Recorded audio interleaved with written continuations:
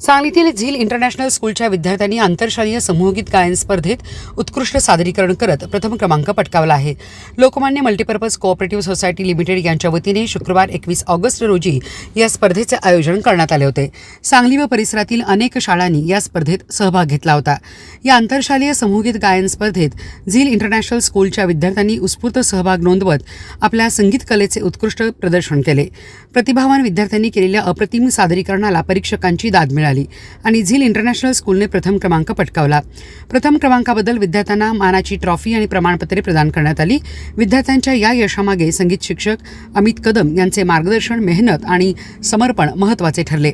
या उल्लेखनीय कामगिरीबद्दल झीलचे चेअरमन संभाजीराव काटकर, सेक्रेटरी जयेश काटकर, संचालक साजिद अलवी, मुख्याध्यापिका मेघाली नरगच्चे आणि प्रशासकीय अधिकारी अभय भिलवडे यांनी सर्व विद्यार्थ्यांसह संगीत शिक्षक अमित कदम यांचे मनपूर्वक अभिनंदन केले.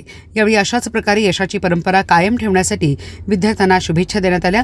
झीलचे व्यवस्थापन, मुख्याध्यापक, शिक्षक आणि विद्यार्थ्यांसाठी हा अभिमानाचा क्षण असल्याचे संचालक साजिद अलवी यांनी गौरवोद्गार काढले.